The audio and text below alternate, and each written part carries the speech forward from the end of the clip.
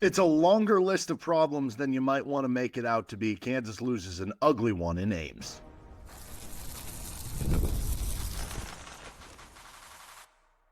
You are Locked On Jayhawks, your daily podcast on the Kansas Jayhawks. Part of the Locked On Podcast Network, your team every day. Going on, Derek Johnson here. This is Locked On Jayhawks. Thanks for making it your first listen every day. Thank you to the everydayers catching each and every show and sticking with us because times have not been as great as you might have hoped for here so far this season. We are free and available wherever you get your podcasts, and you can find us on our YouTube page where you can like and subscribe to the show. On today's episode, we're recapping KU's 17-point loss, 74-57 in Ames to Iowa State, and why the list of problems for KU isn't just one thing you can point to. There is a long list of issues for this team. We'll get into what went down in this one, maybe try to give at least one little positive in there for KU out of this one, and then we'll get to our game trophies and what's next for the Jayhawks on this episode of the show. First, this episode of Locked On Jayhawks is brought to you by FanDuel Sportsbook, where if you would bet on KU in this game, did not come out big, even though there were 6.5-point underdogs. From big upsets to game-winning drives, the NFL playoffs are better with FanDuel. New customers can get $5 and get $200 in bonus bets guaranteed, win or lose. Just visit FanDuel.com and you can get started today. So Kansas loses 74-57, and this is a growing trend recently for KU in losing these big games.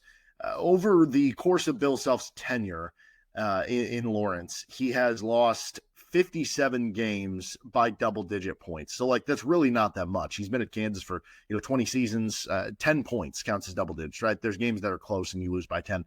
That's basically 3 a year. However, 12 of those have happened over the last 2.5 seasons. So, 2022-23 season, 23-24 season, and now this 24-25 season, which is still ongoing.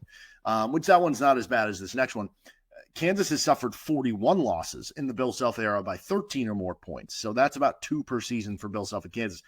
12, though, have come over the last 2.5 seasons. So they're averaging, maybe over 4. We'll see what ends up happening this year, 4 per season recently. So it's happening more. It's happening more progressively. And this was another example of that, though the game was closer for a majority of the game, even though it didn't finish that way, as Iowa State finished on a 12-2 run. This game was indicative of the laundry list of problems for KU. And there's a very simple explanation of why Kansas lost this game. It's that Iowa State is the better team. I know that doesn't sound fun to say when you're Kansas basketball and you go into every season, you go into every game, you're like, we should be the better team, and those should absolutely be the goals and the aspirations. But I'm telling you right now, Iowa State is the better basketball team. And they were playing at home. And you played a bad game.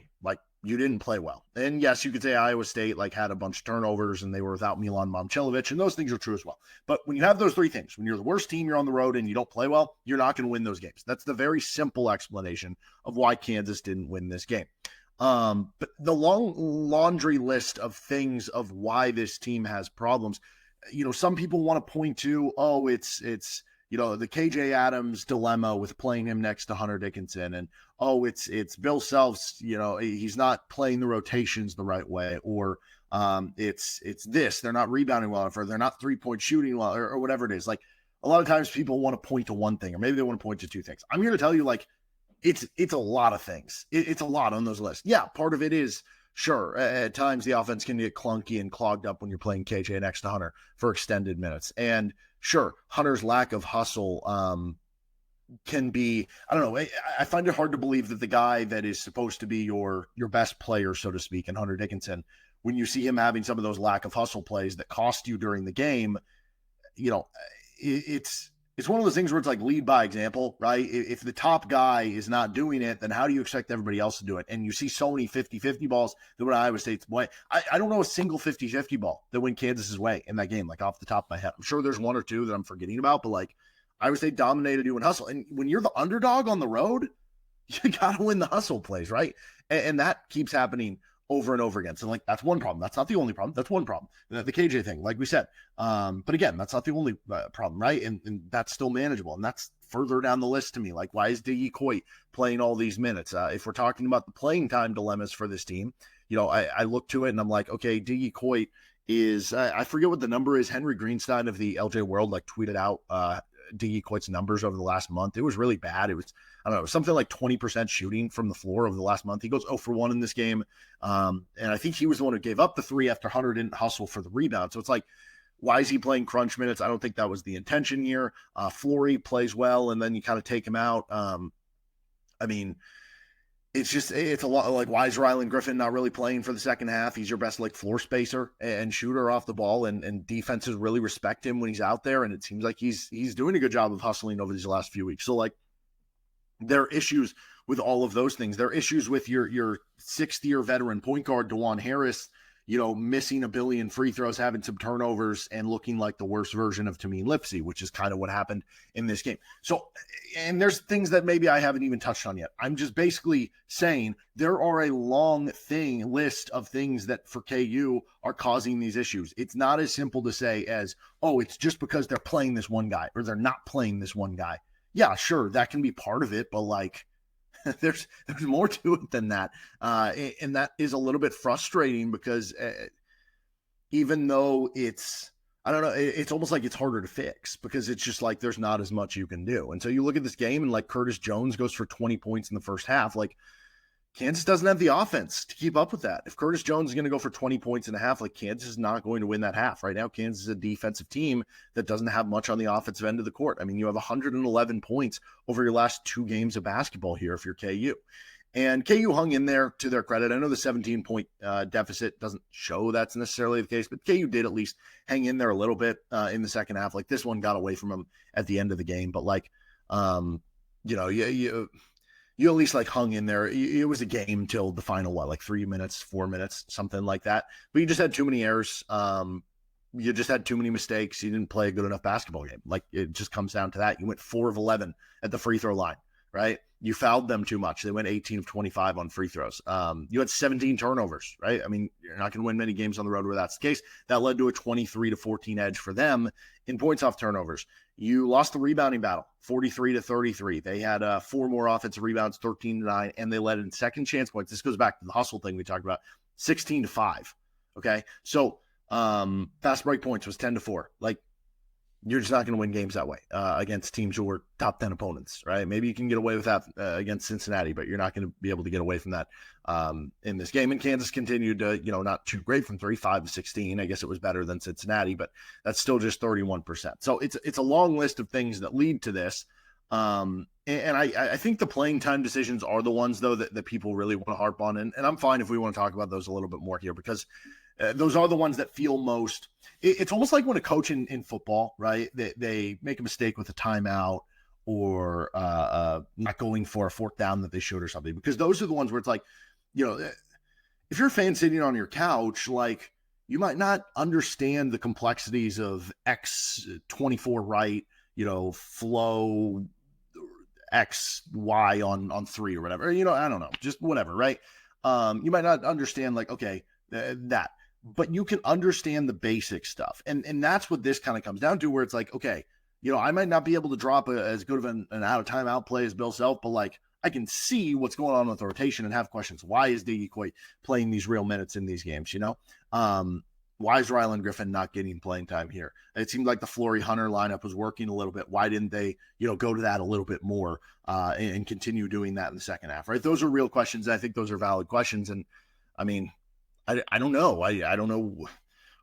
It's just like, it's like, what do you want to do? I don't know that it's going to change. So it's one of those things where it's like, as much as I want to, complain about it, is it going to change? Is it going to matter? And that's a frustrating spot to be in as well. So I'm here for you if you want to talk about that. But I guess if you do want me to throw out one positive, just to end on a little positive note here before we get to our game awards, the defense was still good for KU. I mean, Iowa State had 74 points, but they got a good amount of those. I mean, 12 of those points came in the last 3 minutes of the game. The game was put away.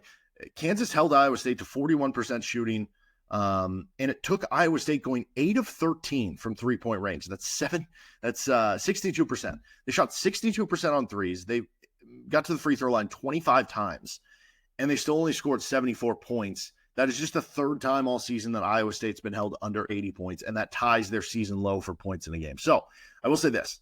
The defense is still good for Kansas. They have to figure out the offense. Right now, the offense is ugly. Can they figure it out? Do they have the personnel? Do they have the right rotations and lineups? Maybe that's where the lineup stuff comes in, right? Maybe that's where that playing time stuff comes in to figure out that offense. But I will say at the very least, the defense was still there. So bottom line, they're better teams than KU this year. I know that sucks to hear, but like teams on another tier from where KU is. And when you play one on the road and you do things that relate to playing poorly, turning the ball over a bunch, losing the hustle stats, and as an underdog, like that's what's going to happen. And this doesn't change to me that Kansas can still be a good team. Go bounce back at home. Beat a reeling Kansas State team in Allen Fieldhouse. At the very least, you won those 3 games before to where you didn't set yourself up in too big of a hole after losing this one. But 3-2, not the start you were hoping for through the first 5 in Big 12 play. Game awards next. Our episode of the show is brought to you by FanDuel Sportsbook. From the first whistle to the final drive, FanDuel makes the NFL playoffs even more exciting. Right now, new customers can bet $5 and get $300 in bonus bets if you win your first bet. That's $300 to keep the action going. The FanDuel app is easy to navigate, and the variety of bets keeps every game exciting. Plus, when you win, you get paid instantly. No waiting around for your winnings, whether you're betting on your favorite team or just looking to add some extra excitement to the playoffs. FanDuel has you covered. Just visit FanDuel.com to join today and get started with $300 in bonus bets. That is FanDuel.com. Make this playoff season unforgettable with FanDuel, an official sportsbook partner of the NFL and the Locked On Podcast Network. Continuing on with our show, and don't forget to check out Locked On College Football, Locked On College Basketball for your second listen every day. On to our game awards, Kansas falling by 17 at Iowa State. Let's start with our best moment of the game. I think in the first half, the moments when you hit the back-to-back threes from Zeke Mayo and Rylan Griffin made it a 2-point game, felt like, okay, they're hanging in there. Here we go. They got a little bit of momentum going. That felt good. What immediately followed that did not feel good, but at the time that felt good. And then I think the highest moment of hope might have been, at least, maybe me watching the game. I think Kansas was down 5 at the time. I want to say it was 57-52. Floyd Badunga goes to the free throw line on an and one. He misses the free throw, but AJ Storr gets the offensive rebound and able to get Kansas another possession. And it's like, okay, if they can score here, this can either be a 4 or 5 point swing. They get it to Zeke Mayo, who gets a bunch of separation on like a really big striding leg step back 3. And as soon as he shoots the ball, you're like, oh, this is going to be the turn. This is going to be, and then it's short. And then from there, things just didn't go well for KU. But for that brief moment of time that the ball was in the air, it's like, okay, this is going to be it right here.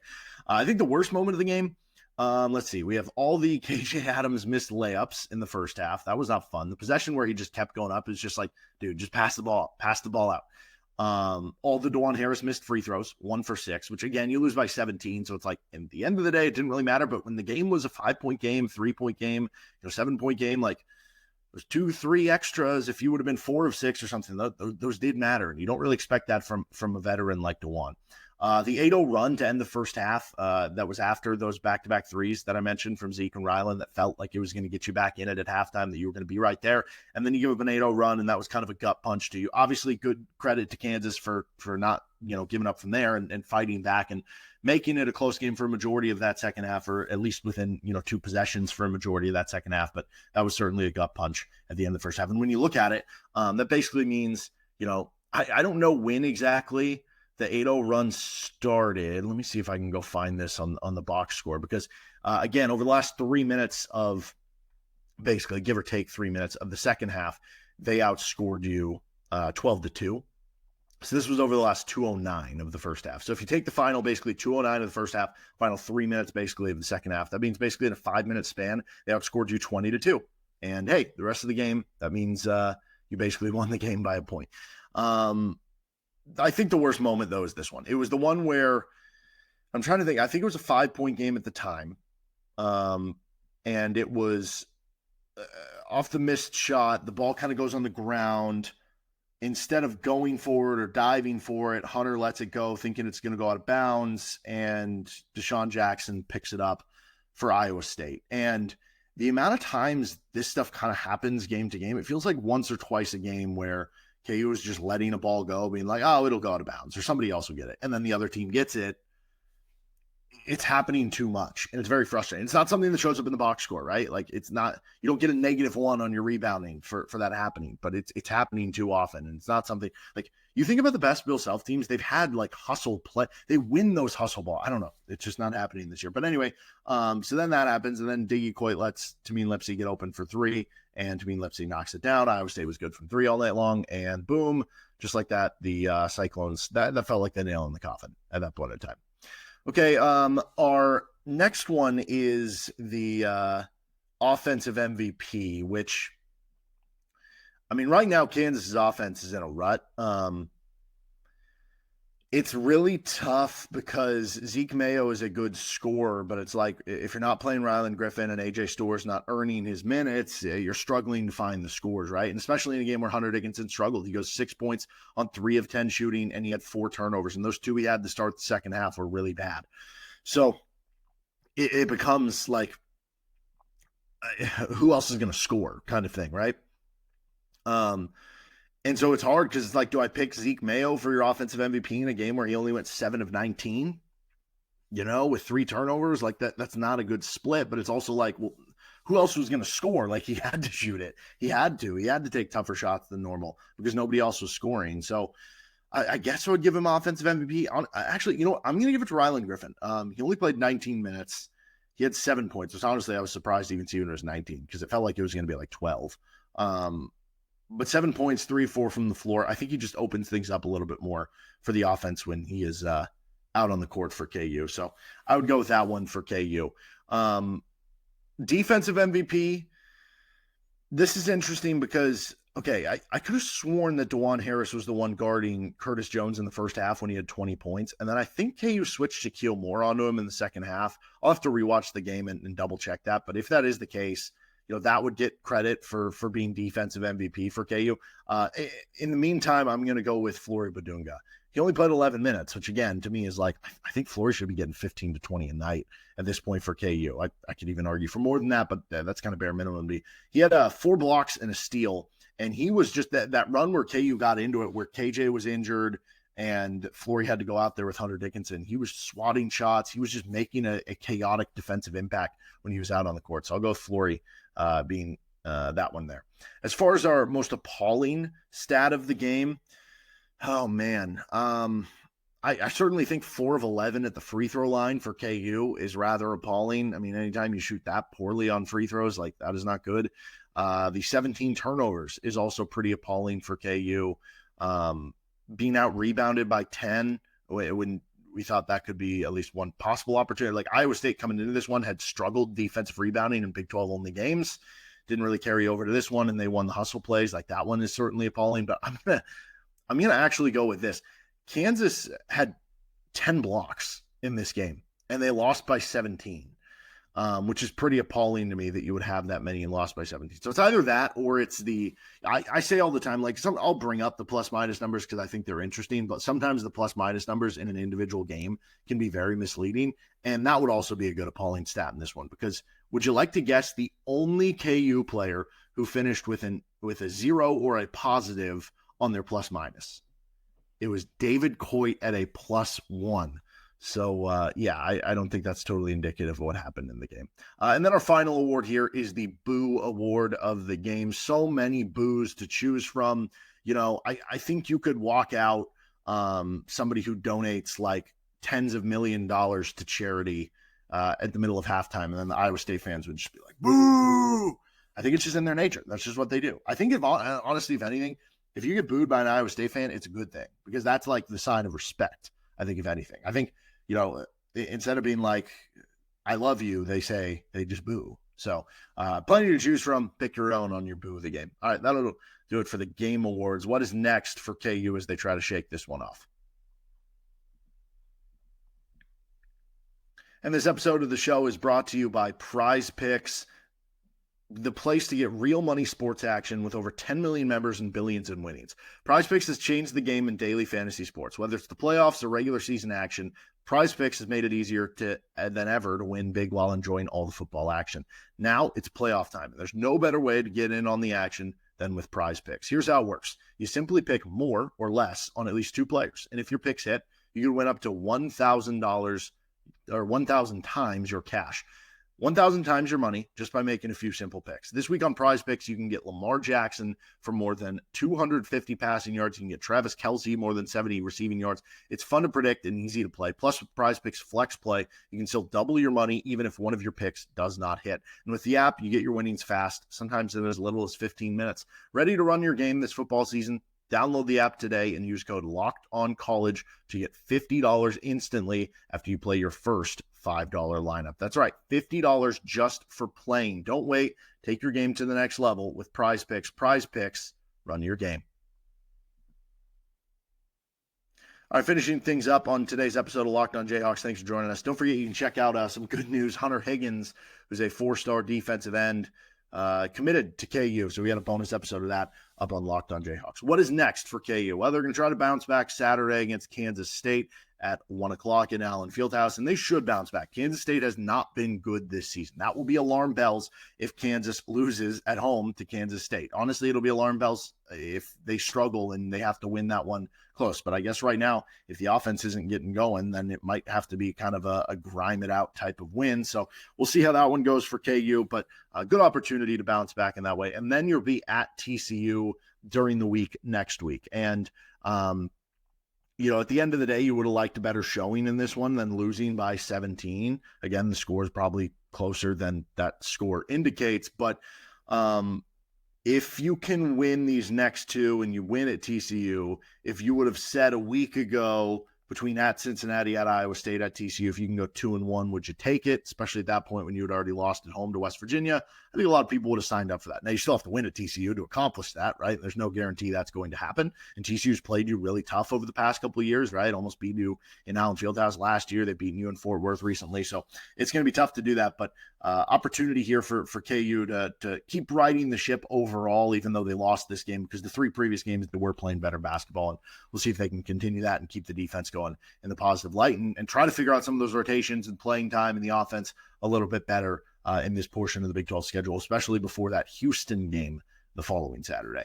All right, that'll do it for this episode of Locked on Jayhawks. You can find our show anywhere you get your podcast, including on our YouTube page. We'll be back at you on Friday. We're going to preview that Kansas State game. So join us then right here with Locked on Jayhawks.